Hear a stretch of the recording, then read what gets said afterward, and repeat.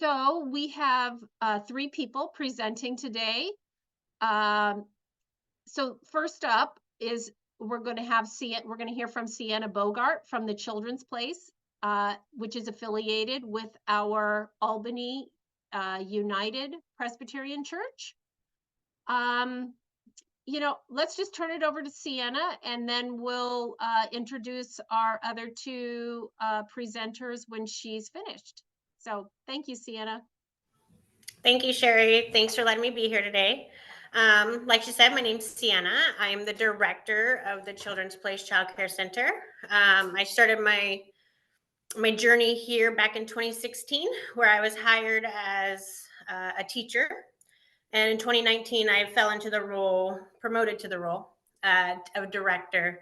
2021, I also encompassed the director role for Children's of Church as well. We are a state licensed child care facility governed by the Department of Early Learning and Care of Oregon. We are a full day program, so we open at 6:45 a.m. and we operate until 5:15 p.m. We're Monday through Friday, and we're year round. We do take a 1-week vacation come July 4th. The week of July 4th is our summer vacation. And we take a week off between Christmas and New Year's. Other than that, we're fully functioning. We have enrollment of 60 students. We run 5 classrooms. So we take children as early as 6 weeks of age up until they get ready to transition into the kindergarten programs. Because we're state licensed, our classrooms are broken up into age groups that meet state requirements for ratio.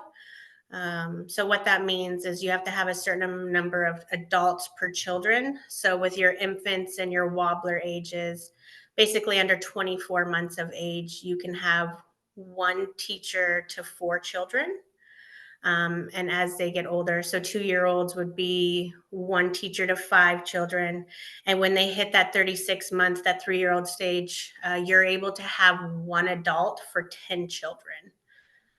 So in our bigger age groups, our classrooms are much larger. Like I said, we're full capacity, 60 children. We offer breakfast, lunch, and an afternoon snack. We do have an in-house cook who accommodates all of the meals and also takes care of the children with allergies to the best of our ability. We are a mission of the United Presbyterian Church, so we are housed within the church. We actually take up a lot of the space of church, if I'm honest. So for instance, we are not responsible for paying any type of rent or our utilities. That's all covered through the church and the mission process. However, we are tuition based, and our tuition covers our payroll and any other expenses accrued by us. Such as the food, the grocery bills, stuff like that. I have a staff of 20 that I oversee. 12 of the 20 are full-time. The other ones are part-time. We have we have other programs that we work with, such as like the foster grandparent program of Albany, where they are able to, the elder clientele come in and read books, kind of mentor, guide some of the kiddos. We offer multiple opportunities for our congregation to come into our classrooms as well as volunteers. There's events throughout the year that we host where I call it a crossover, where we'll have both congregation and the child care center participating together or working together. I would say the hardest piece of this position is probably staffing, making sure that you have the quality staff and enough staff. People tend to think, oh, working with children, it's easy work. It's demanding and it's long hours, and burnout rate is really high. What I have found turnover could be an issue. So I make a really big point and work along with the church as well in any ways that we can take care and everything we have to give back to our staff, because we wouldn't be here without them and we couldn't do this without them. And it's so important for me that everybody who walks through our doors knows that they're important, they're seen, they're heard, they're loved, and they belong. And so that is staff, families, anybody who comes through our door here. Yeah, what else can I talk about? We also, so as I said, we are tuition based. I also partner with some of the agencies in town that help subsidize tuition costs. So we have like a working, for working families, they can qualify to get subsidies and part of their tuition covered. Sometimes if we have the financials, we will do scholarships on a need basis. We also offer tuition for cuts for our staff, so they're discounted staff, as well as multiple siblings discounts. And with that, it just seems to, as children are enrolled, we get multiple families in or who have been here for generation after generation. Some of our kiddos, they're on their 4th child and they've been with us throughout the entire time from their first kiddo on. So it's a great field.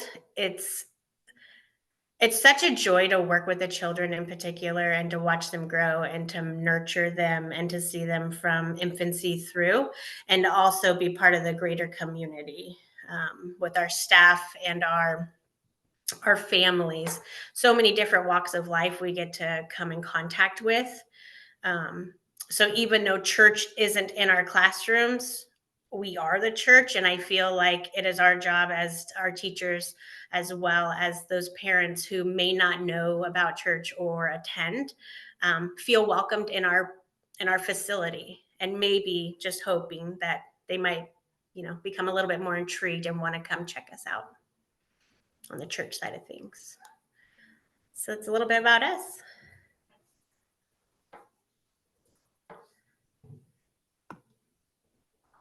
Sherry, we can't hear you. Again, this conversation is your conversation. So please be thinking of any questions that you have.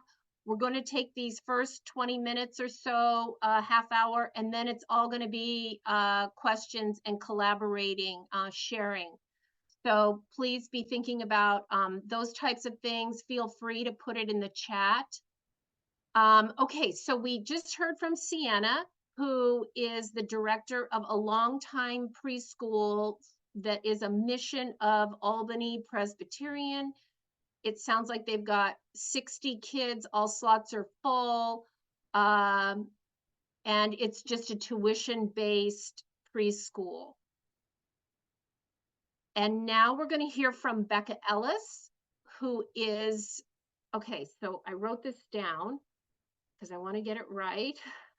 She's the director of family and children at First Bend. But she's also the co-founder and co-chair of a cooperative style preschool called ReVillage. I'm sure you all saw that in our emails that we were sending out. So take it away, Becca. Yeah, thank you. Thank you for having me. And it's great to see this many people interested in this conversation, as childcare is such a great need in our state and our nation.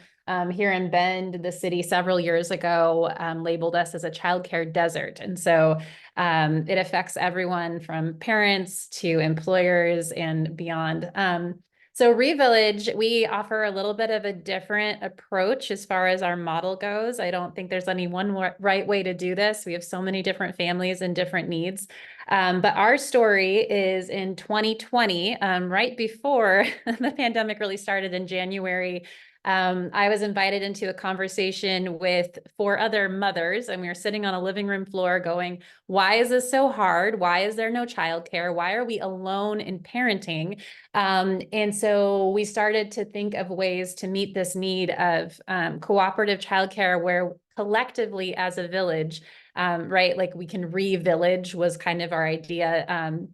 So more than just childcare, but also a community to raise our children together in. And so my role, I said, well, hey, I work at a church and we have a nursery sitting there empty Monday through Friday. Why don't we utilize this space and start a partnership? And so the day we were going to launch, the shutdown happened. So then that just compounded the childcare crisis even more. And that following September, we decided, let's roll up our sleeves and become a real licensed full-time daycare, because we wanted to reach families, meet the needs of families, working families. So we're now 3 years out. We opened our first site at First Presbyterian Bend, where I work, in May of 2021. And that's been a beautiful partnership because they offer the space free of rent, similar to like what Sienna said, free of rent, free of utilities. And part of our model is that we bring parents into the classroom 4 to 8 hours a month, but also our congregation is trained and they volunteer in the classroom as well. So we kind of have these like surrogate grandparents who come in, and the community aspect of the program has been really great, but we're able to offer that full-time care. Revillage is its own nonprofit, so we don't operate underneath the church's nonprofit status, and that allows us to access a lot more diverse funding, grants, and work with subsidy partners in the state. About 60% of our families are on subsidies. And so at First Pres, they only have 1 classroom available for us at this point. So we have 15 kids there. We opened our second site in partnership with a Methodist church downtown, and we have another 15 kids there. And we're in process of opening our third site, which will house up to 60 children and hopefully offer infant care as well here soon. So we've kind of taken this model, this pilot model at First Pres, learned a lot. I was the founding director, and now thankfully we have a director, and we run with a board of directors, and then through fundraising and then tuition, we're able to cover the cost of the program, and that rent-free space in partnership with other churches, where they really identify childcare as a mission of their church is really what makes the magic happen. And so one thing too that I would just offer this group, because it's very daunting to start childcare. I didn't know until I was in the thick of it how much work it really is. And I know resources can be really tight to start that kind of thing. So I would really encourage you to be creative with the resources you have. If it's your space, really considering how to speak that mission to your congregations of caring for families. I was sharing earlier with Sherry and Sienna, this idea, at least I really see it as like, all children are all of our children, and it's really our collective obligation to support families with young children. It's one of the most, we know, foundational times in their development, and so we can really make a huge difference in their lives if we're able to offer these resources.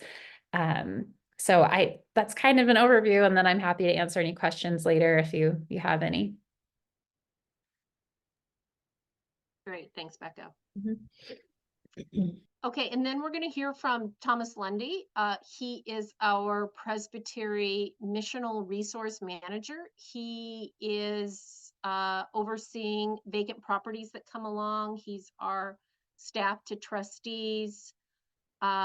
He does research for us on different things that we would like to hear about, such as how would running a for-profit preschool or a for-profit enterprise in your church, how would that affect your nonprofit status? So Thomas is going to tell us about that.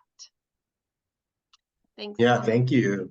Thank you so much, Sherry. Yeah, she covered an overview is just when we at the presbytery level noticed that we had a number of congregations who were considering leases of their church property to preschools and other entities that could be considered for profit. We saw a real need to go out and provide some information to the congregations, giving you the necessary information in order to protect the tax status, the non-exempt status of your congregation, and to set you up for success in those leases to ensure that there's a full understanding of what the tax burden implications look like for those types of leases.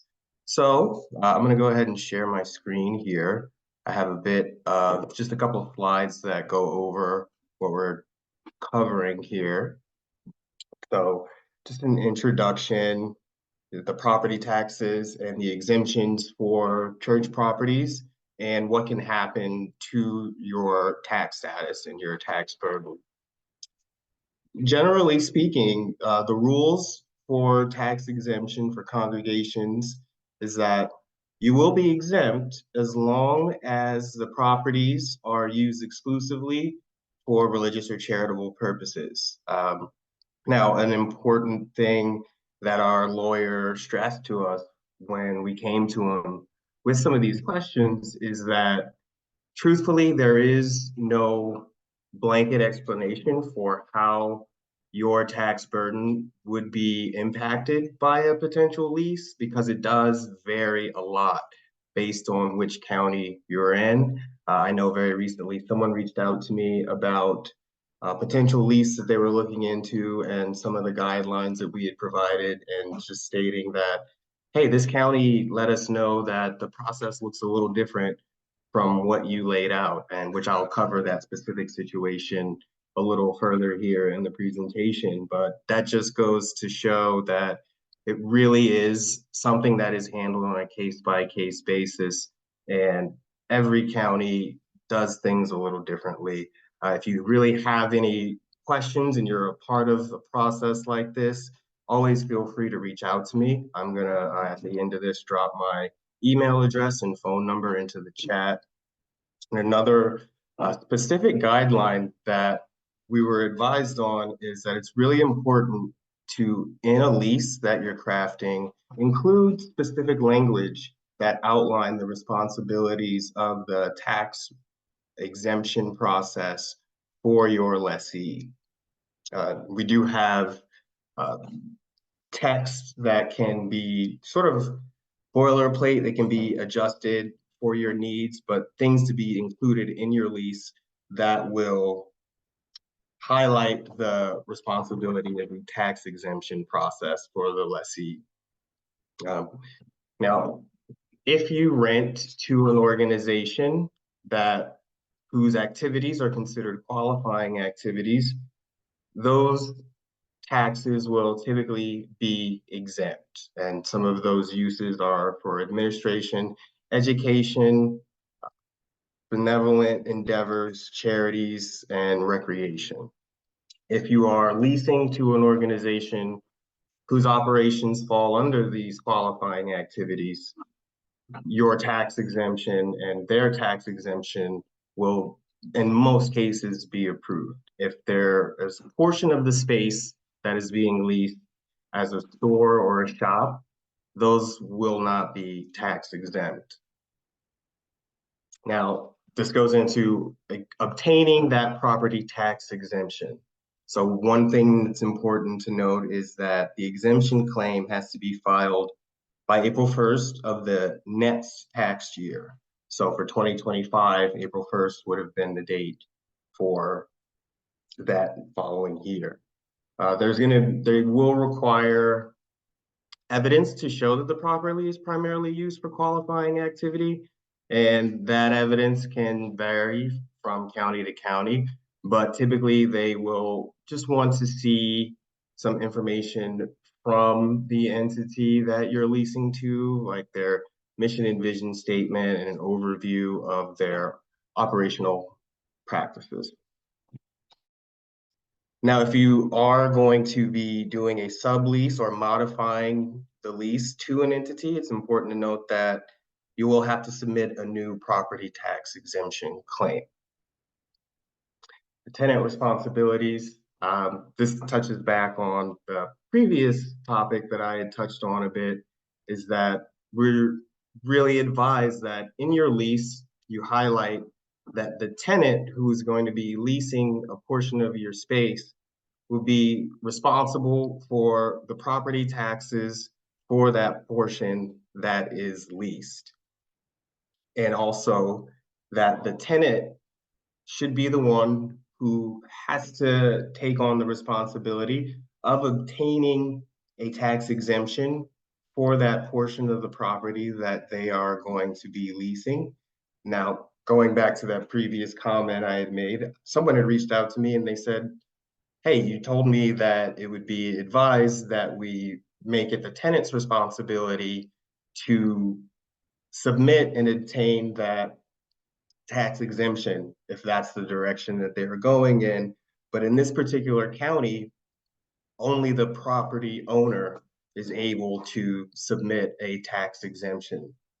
So what we're advising in that case, the lease should still contain the same language highlighting those same responsibilities. But in this case, the tenant would be responsible for preparing the documentation and having them in a good enough condition to be submitted to the county to have it reviewed. So while the property owner, in this case, the congregation, would be responsible for submitting that application, based on what was placed or what we suggest is placed in the lease, the tenant would be the one to make sure that all the necessary documentation are ready to go and be sent out to the county. Should also be sure to include language that protects your congregation's tax burden, meaning that if through nature of the lease, a portion of the property did have taxes assessed on it, that tenant would be responsible for that tax payment. It could either be paid directly to the landlord and reimbursed, or it could either be paid by the landlord and reimbursed by the tenant or paid directly. And some examples, just to clarify, taxable and exempt. If it's a short-term use by a for-profit, that's generally not going to impact your nonprofit tax exemption. If it is a long-term lease, typically something that is 12 months or longer, that is something that is going to incur a tax burden. And if they did not apply for an exemption, or they simply are not the type of organization that would fall into qualifying activities that qualify, then it's important to make sure that the lease specifically states that that tenant is responsible for that portion of those taxes. Now, in infrequent uses and uses that are tied to the mission and vision of your organization, those are not going to affect your tax burden. Typically, that won't even come up because it was such a brief use, or it's not consistent enough to really be considered something that impacts the day-to-day operations. So just before I wrap up here, just wanted to, highlight some of the really important things. Is it's really important to keep a detailed record of the leases, when they began, and any changes or the entire process, just because when you are seeking that tax exemption, there can be a lot of questions. And again, based on the county that you're in, some will ask more than others, but making sure that you have enough records to support any requests or questions they may have is always going to benefit you in the long run. And to make sure that a lease agreement is set up so that it includes that language that highlights the responsibility of the tax burden and the tax exemption application should they seek to apply for one. Now, we also got some questions about unrelated business income. For example, if you are leasing to an organization that is strictly a for-profit and you're taking in rental income from them, how does that affect the tax status of your congregation? that is something that, at the guidance of our legal counsel, he really recommends that, because those situations are so case by case, a tax professional is the best way to go there. And if you need any recommendations or references to some CPAs, that is something that I can certainly provide you with. And let me exit my share here. So I'm going to be sharing my contact information in the chat. And of course, I have a little bit more detailed handout that I will send to anybody that wants to do some more digging on the matter, or if you would like me to personally answer some questions, I would certainly love to do that, step in and give you some help there. And yeah. Is there any questions that I can answer at this time?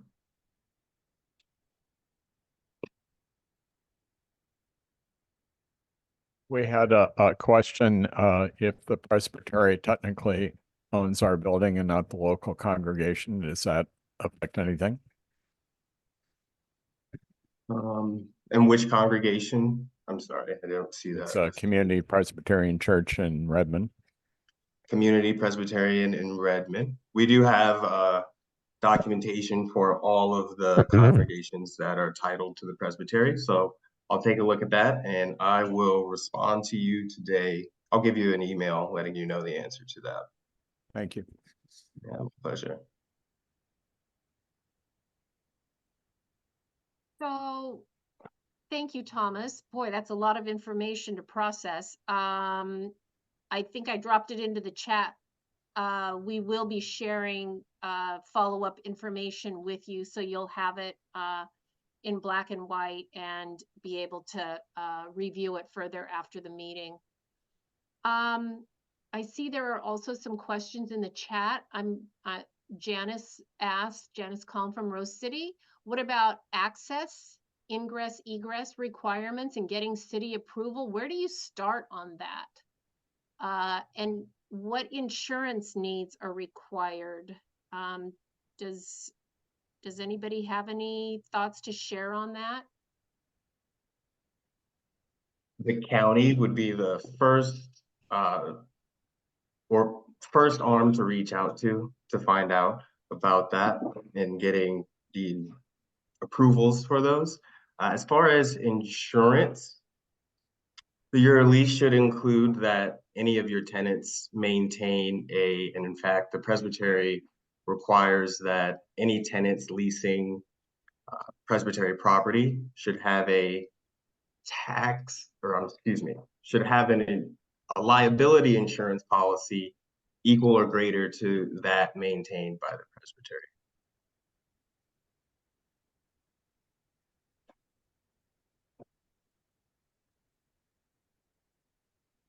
Okay.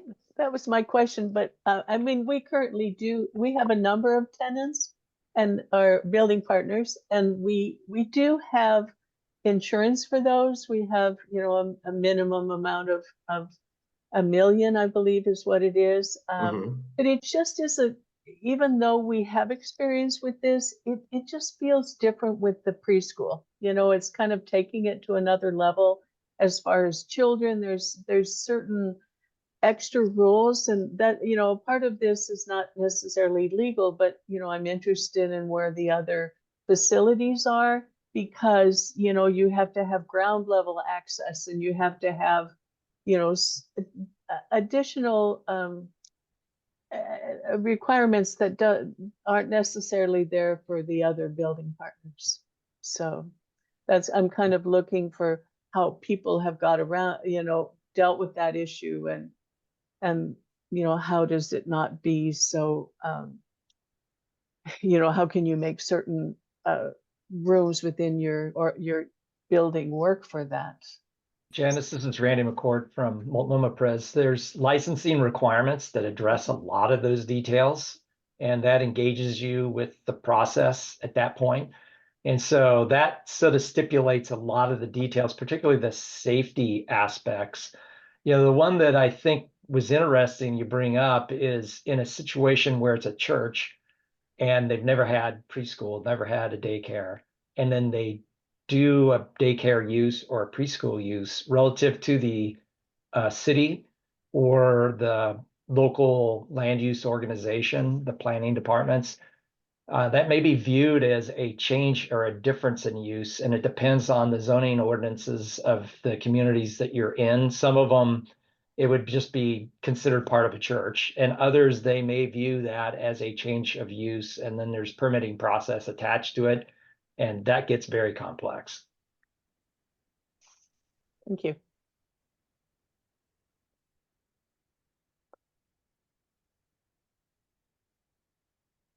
Oh, I see some comments in the chat that the presbytery owns your properties, but so Thomas, I think you kind of addressed that, but my understanding is you all have the deeds to your own properties are in your name, but if anything happens and you cease to exist as a congregation, then the property automatically reverts to the presbytery. So you have the full right and you can do whatever you want to with your property, except there's a couple stipulations, like you can't lease your sanctuary space without bringing it before the Board of Trustees. And there might be a couple other stipulations such as that. But in general, you can explore and do what you want to with your property. Yeah. So the other, a question I might have, if somebody does determine that they need to do some work on their property, it doesn't meet code. I know one of our churches said our property doesn't currently meet code. So then Thomas or Becca and Sienna, I'm wondering about like grants, and where would you go then to try and find some money then to help you meet code so you can open up and get running? Is there money out there? Right, thank you. As Becca had mentioned, that we are considered a daycare desert, a childcare desert in our areas. And they are always looking at ways to fund new startups. The DELC, which is the Department of Early Learning and Childcare, often have grants available for those who are interested in becoming a licensed childcare facility, and startup monies available for that. There's a process to go, as you've heard. There's certain people that you'll have to contact with the licensing division to have a licensor come into your facility to check it out, to find out what exactly is needed. Fire marshal will have to check out your facility to make sure. The health inspector will have to come and make sure your facility is safe and up to date in code as well. So, but there is financials out there. I will say that they tend to run out quickly because there's not a lot of money geared towards our early childhood education as a whole. So the money does go quickly, but they do run grants for new startups.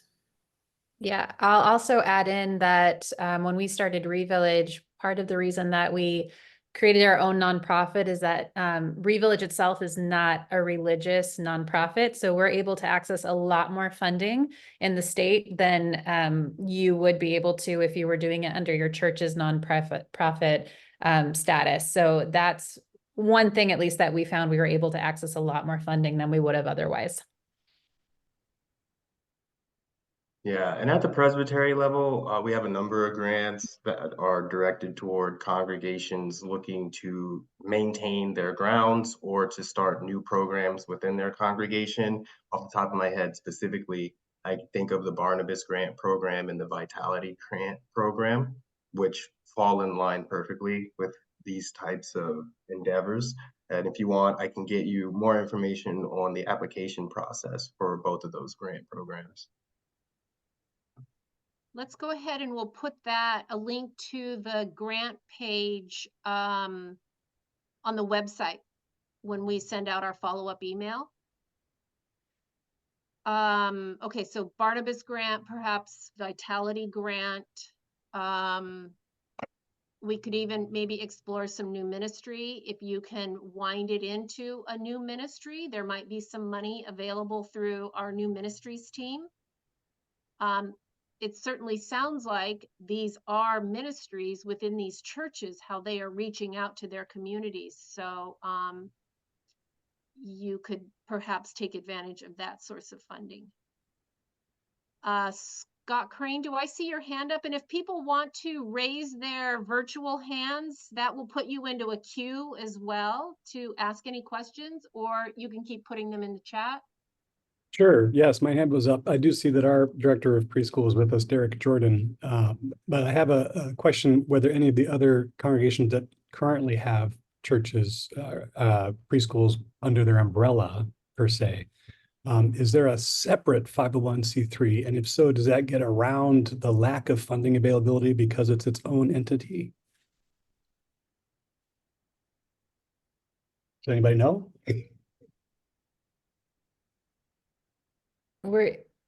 Are you asking, sorry, that's what we were able to do. We have our own 501c status. And then yes, it got around a lot of that funding because we're not a religious organization, if that's the question you're asking. Sort of, yes. Okay. My other hat is Camp and Retreat Ministries. So I know that from First Pres Portland, we owned Manuka Retreat and Conference Center for a long time. Manuka Retreat and Conference Center now is its own 501c3, but if it ever folded, would fold back to the First Pres. But they are their own entity, so they can go for all kinds of funding. And so I'm just curious if the preschools that we have within our umbrella of ministry can do the same thing.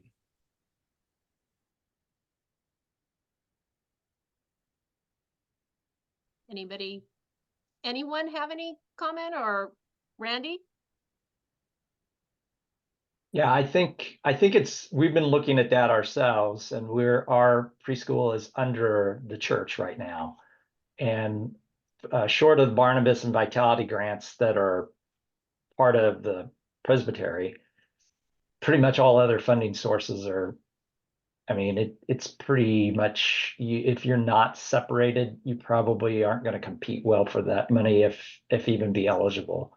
And so if that is something that is the desire, and you can target and feel pretty comfortable in obtaining those, the separate 501c status is probably something to consider, I would think, along the way. Sherry, if you want, by the way, this morning I summarized the survey materials that people sent to us. I can do a spin through that when we have a moment if you want. Sure.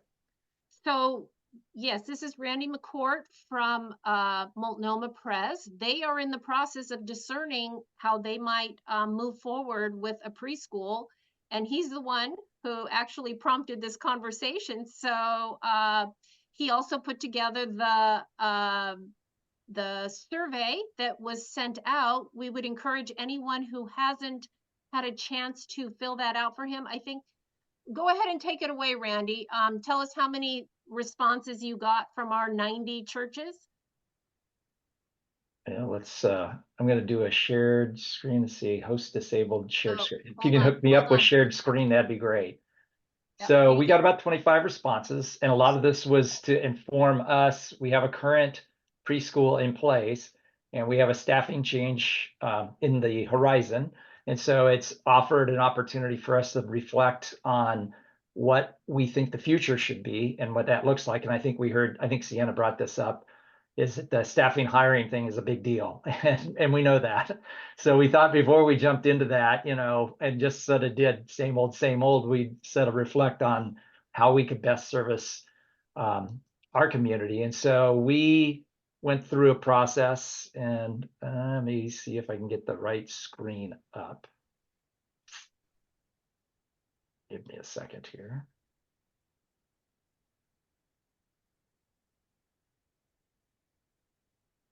We went through a process of identifying just some background information, and here we go. There's the screen we want. So hopefully this popped up on everybody's screens. And so we wanted to find out what everybody else was doing. And through that process, and literally we're just getting the information back, and our intent is to use that in discussion over this summer to help guide the future for the 25-26 school year. So we've got, of the 25 responses, you can see we've got a lot. It's over a quarter responding, and most of the ones probably not responding are ones that don't have operational daycare or preschool. What we found is about half have them and half don't have them. There was one that was about to close and one that was about to open, and one's transitioning between different preschools. And in the question where we asked, if you didn't have a daycare or a preschool, did you have one in the past? About half of those of the 11 that were remaining actually had one in the past, but don't have one. And then if you were considering a daycare or preschool and did not even have one, of which there were 6, about half are doing that. So there is a lot of interest in this space amongst the churches, or at least from the survey. But this is probably one of the key ones we were interested in, is what type of program did folks have? Because we have a preschool and we felt like maybe daycare might be easier to provide going forward. But clearly the vast bulk of the people responding either have preschool or have both daycare and a preschool. And then we asked a question about different operation, and it's sort of like all over the place. But one of the things, I think we're the one that probably is license exempt. I think everybody else is licensed that responded to the survey. And so there's a lot of third party funded independently, supported by grants, subsidized by the church, run by the church, operated on the site of the church, are the most common responses. So those were things we wanted to learn a little bit more about. And then the size, the average size of the program, we've generally tried to stay in that 30-ish zone ourselves. And the average of most of the programs was about 44. And you can see the frequency of these right in this middle zone, right around 40 seems to be, 40 to 60 seems to be the most common size. And then relative to the ages, that was another thing that we were concerned about, particularly with the state now going in and doing preschool and supporting that for certain, depending on if they're Title I, whether that impacted things. And it appears the darkest here when you're looking at the different sites, which are represented by the lines horizontally, the ages that they serve, that 3 to 5 territory seems to be the most frequent or most common. And in terms of days of the week, Monday through Friday, we actually have, I think we're the ones that are the jigsaw puzzle of, some on Monday and Tuesday, or Monday, Wednesday, Friday, and some on Tuesday, Thursday, different services. But the core, most people are serving all the days of the week, and they're serving a core set of hours basically from 8 to noon, although some go much longer. So in terms of services, it gives you a sense of how many they have. Then the other thing we were interested in was number of staff. The most frequent in terms of full-time staff was 1, but there are obviously some of those programs are pretty large and they do have many more staff members. In terms of part-time staff, they're pretty much all over the place. Some of them have as many as a half a dozen or more, and it just seems to vary by program as to how many part-time staff they may have. And then in terms of volunteers, the most common response was 0 in terms of the amount of folks. And I think we're getting close to the end of the ones that I've summarized. One of the questions we had was, are they overseen by committees or boards, and how big those are? And the vast majority are served by boards, and then served by committees of generally 5 or 6 people. And in the case of the third-party vendor or third-party operations, you can see that those are in the next highest grouping. Oops. And then another question that we asked about was how have recent changes affected things? And we sort of were interested in 4 areas of, government school funding, particularly given Oregon's change. We wanted to see what that affected others like. In terms of COVID, demographic changes or economy changes. And the largest response in all cases were no change. In the case of COVID, they were pretty equal. In the case of demographic and the government funding, that didn't seem to change things, nor the economic issues. So for most of them, there were not many changes. And the last question, oops, you probably don't want to see that. Let me jump out of this. Boom. The last question we asked about were grants, and just about everybody was dealing with grants in some capacity or some way. And so that's become a very common theme. So we learned a lot through that, and it was really helpful for us. And I'm not sure, what we'll make sure is for the folks that responded, we'll send out the summary as we got it. We'll probably let it go another week or two and see if any other responses. I think Woodburn is responding today, so we'll capture them as we go in. But I'm happy to answer any questions on that if folks have. I'm really intrigued by a lot of the questions. A lot of the discussion day has been right on line with our discussion. And at least for our planning, just to share with you, we had a discussion last night. We're going to have another one this summer. And probably by late summer to fall, we're probably going to be getting into much more detail about the staffing issues and the transition issues of staffing, leading up to where the program heads in the future, and possibly sorting out grant opportunities. Thanks, Sherry. Thank you, Randy. So I have a question. I am a member of a congregation, and we have a lovely space that is being underutilized right now and could potentially be a nice daycare preschool space.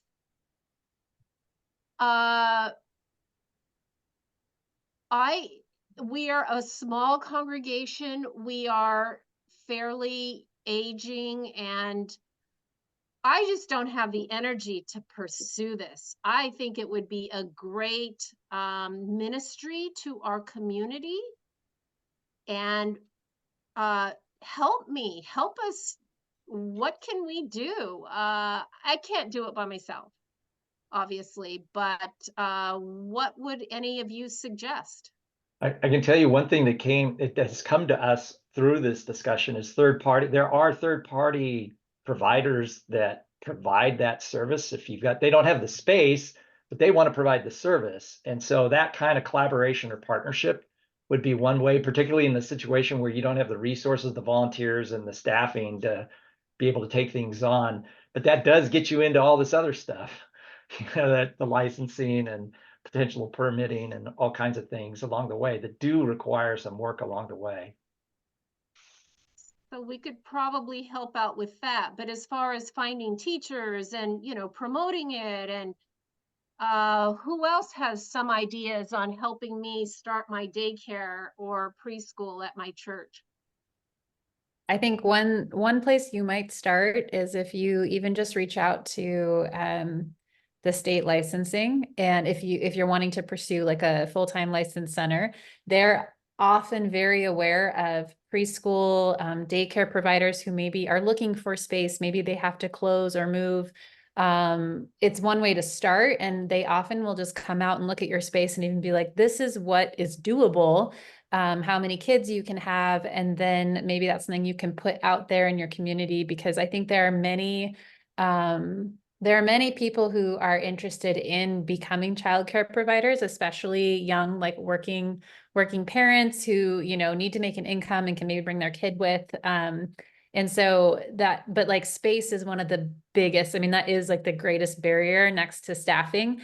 But even if you start small with, 10 kids or whatever, that's still creating some care that wasn't there previously. So that would kind of be my start. I've found that the state licensors, at least here in Deschutes County, are very helpful and very eager to get high quality childcare out there. And actually the state requirements are, we try and go above because the bar is not super high when it comes to it. So it's not as challenging other than those like use permits and things like that. But anyway, that's one suggestion.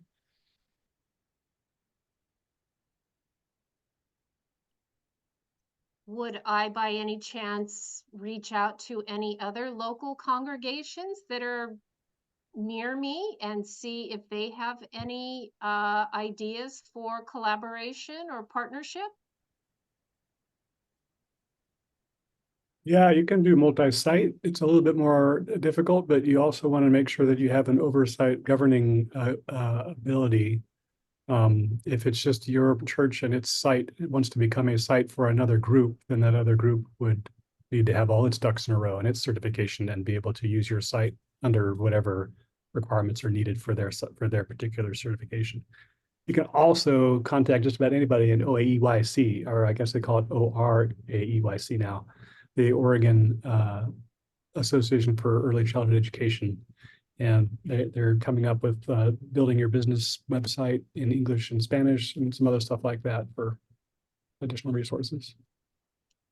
So I might ask Scott and Becca and anyone else out there that has links. I mean, I didn't take notes of what you were, these different sites you were talking about, but if you could either just put the organization, the agency in the chat or a link to it in the chat, I would love to include that in the summary email for people trying to get started. We'll include that as well. I saw Connie Stokes. You have some information about a grant program in Deschutes County. Take it away.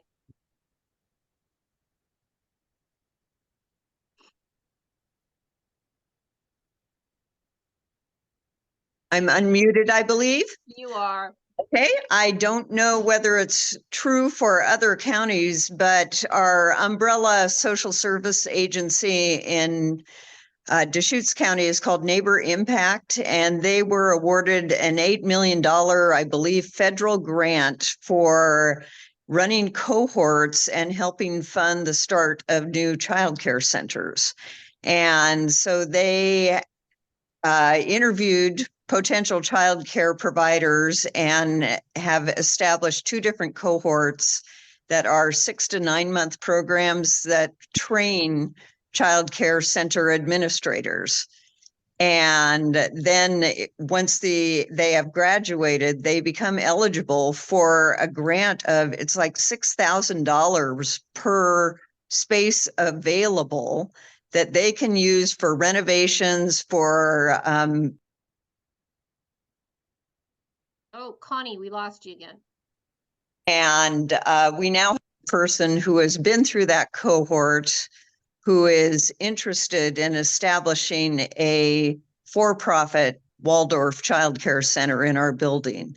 And there are some renovations that need to be done, and she has funding to do that, so we don't need to. There is another organization that might be helpful to people called SCORE, and it's volunteer business people who are retired who offer their services for free for consultations. And a friend of mine is one of these SCORE volunteers and can help people locally with childcare centers and has done that in the past. Okay, so we can just Google SCORE. Yes. Okay. Now you mentioned the grant program and the cohorts that you mentioned are only available in Deschutes County, I'm thinking. I don't know whether other counties have applied for that, like Washington County Community Action may have applied for that. But in Deschutes County, we got this wonderful grant. So hope is on the horizon here. What church are you with, Connie? Redmond Community Presbyterian Church. There are a bunch of us on this call. Sure. Yeah, great. Nice to have you all here. You're one of the churches I thought about when I have visited and seen your beautiful spaces that could really bless your communities. Oh, yeah. Turpin. Yeah, right. Yeah. I registered you too. Okay. What else? We have 5 minutes technically, but we can hang out for as long as people. Did I miss anything in the chat? Woodburn Lisa's. Yeah, Head Start. I know we've got a few churches that are doing Head Start. is that something that is being phased out with preschool for all, or who knows about all that? Or is that anything we would encourage churches that have space to take on at this point? Mike, are you going to help me out with that? Sure. We've talked to them about that. They're concerned, but they're still running. The schools, I don't know if it's an issue if the schools haven't geared up yet or not, but at least for the foreseeable future in Woodburn, Head Start's still running. We have 2 classes. We also have family building blocks. So if anybody's in the Salem area, they have, I think 13 to 15 sites. It's kind of a quasi government, private funded program that serves kids under 2. And it's kind of they do childcare, but they also do family counseling. So we have a lot of family counselors running around the building. I mean, they're begging for more space, even in Woodburn, but it seems to be a pretty growing operation. So if you're in the Salem area, that family building block is a good option.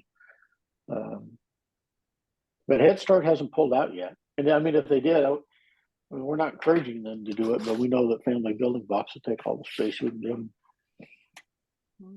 And so how do you go about getting something like that or researching something like that for your space? Was it easy to get that going in your space? Yeah.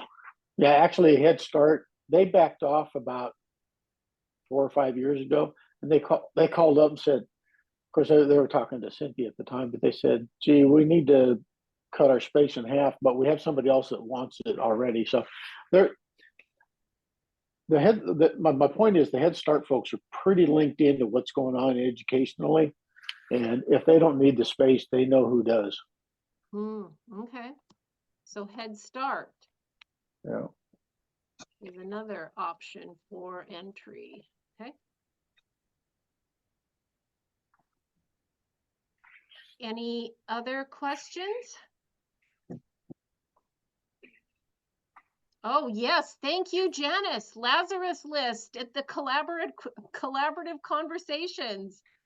Orenco Presbyterian has some children's playground slides. Is it just slides and a structure that they took down?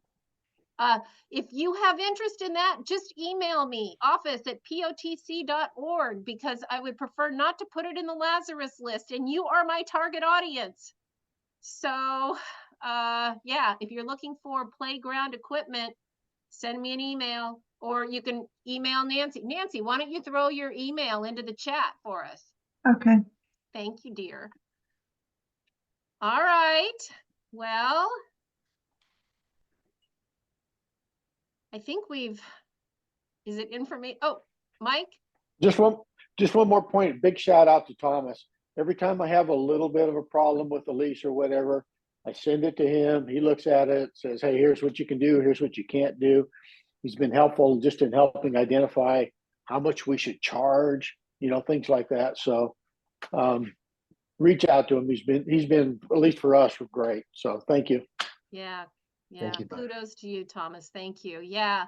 Utilize the presbytery. This is why you pay per capita and partnership giving. So we can have these kinds of conversations and share information and learn about resources that are available to help us all thrive in our ministries to our communities. So yeah, never hesitate. And if we don't know the answer, we will find you somebody that does. So, anything else anyone can think of, or?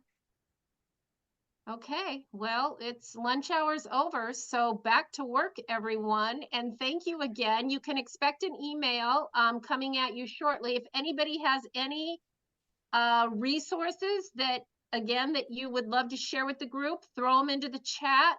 Otherwise, when I send out the wrap-up email, you can respond to that with, "Oh, I thought about this," that people might want to know about as well.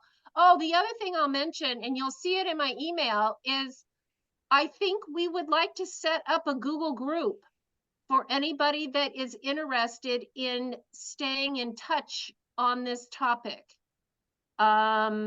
And it will be open to anyone. You can add people that you would like, or have me add anybody you would like to see in the group that could, you know, bring something to the conversation or could benefit from it. So we're going to set up some kind of a collaborative email group for that. So anyway, thanks again, everyone, for coming. Our next collaborative conversation is about a month out. It will be on food banks and food insecurity.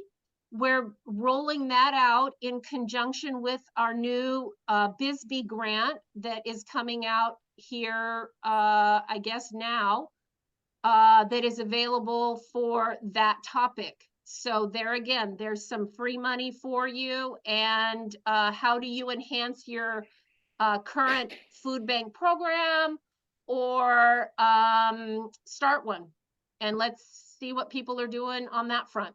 So that is end of June. Okay, I'll let you go. Thanks so much, everyone. And thank you again to Sienna, Becca, and Thomas for taking the time to present for us. And we wish you, all the best for your preschools moving forward. Thank you.